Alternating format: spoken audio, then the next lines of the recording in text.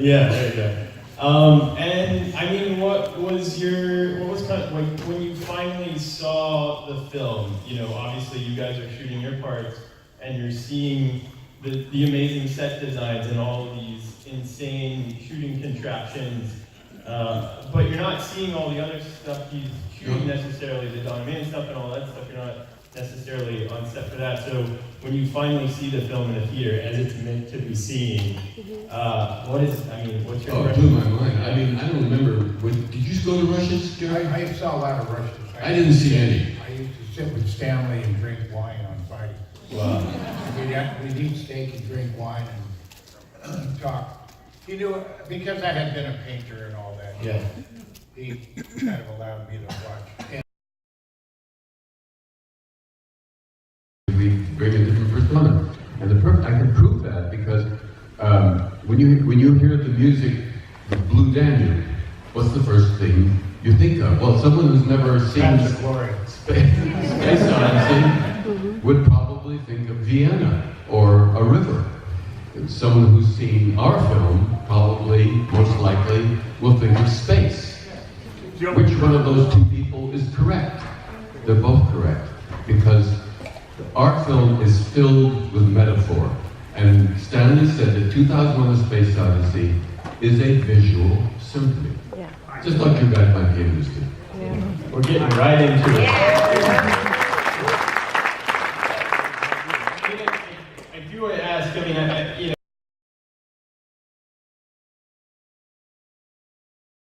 down and so on. Well, my wife caught the fact that in one of the angles, one of the shots, one of the non-speaking Russian women has a blue sweater over the back of her chair. At another angle, there's no blue sweater. Now, what does that mean? The continuity woman had goofed. And obviously, Stanley caught it when he was editing. Now, it's the kind of thing none of us would ever know. I've seen that film so many times that I never caught it. Well, that public address system, I can only paraphrase it, was to the extent of a blue sweater has been found. I'm urging people to go to the lost and found. So he wasn't about to let anything like that go, although nobody did ever.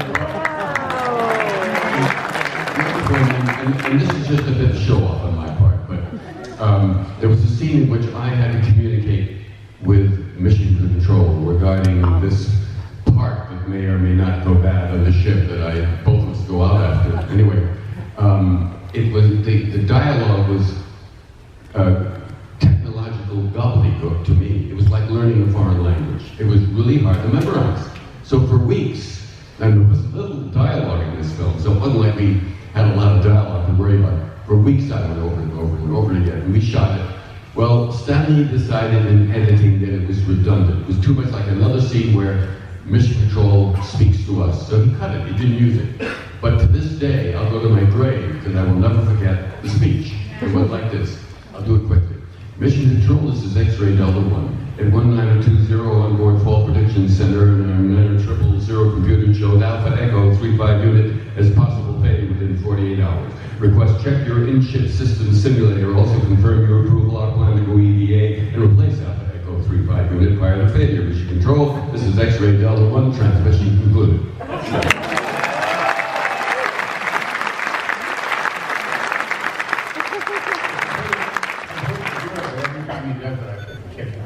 I think I'm back in 1965 or 6 or 7 or 8 or 9.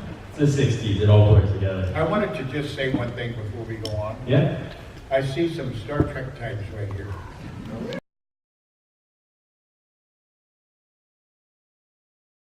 Bounce back and then how was that done? Imagine a ceiling almost 3 stories up there, and there's a hole in the roof of that ceiling. That hole is the opening to the airlock, and the pod is outside that. You don't see that in the shot, but you see the opening of the pod.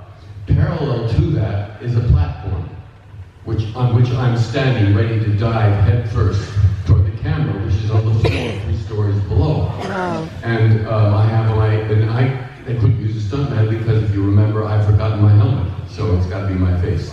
And a circus roustabout has measured the drop, because I'm attached from the rear with a wire which is woven into a rope which goes up and to the side on that platform. And but the camera can't see the rope, the wire. Why? Because my body is between the wire and the camera.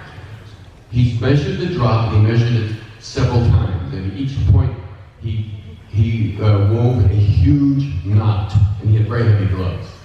So on action, I dove, free fall, head first, toward the camera. He's up there waiting for the first knot to reach his gloves.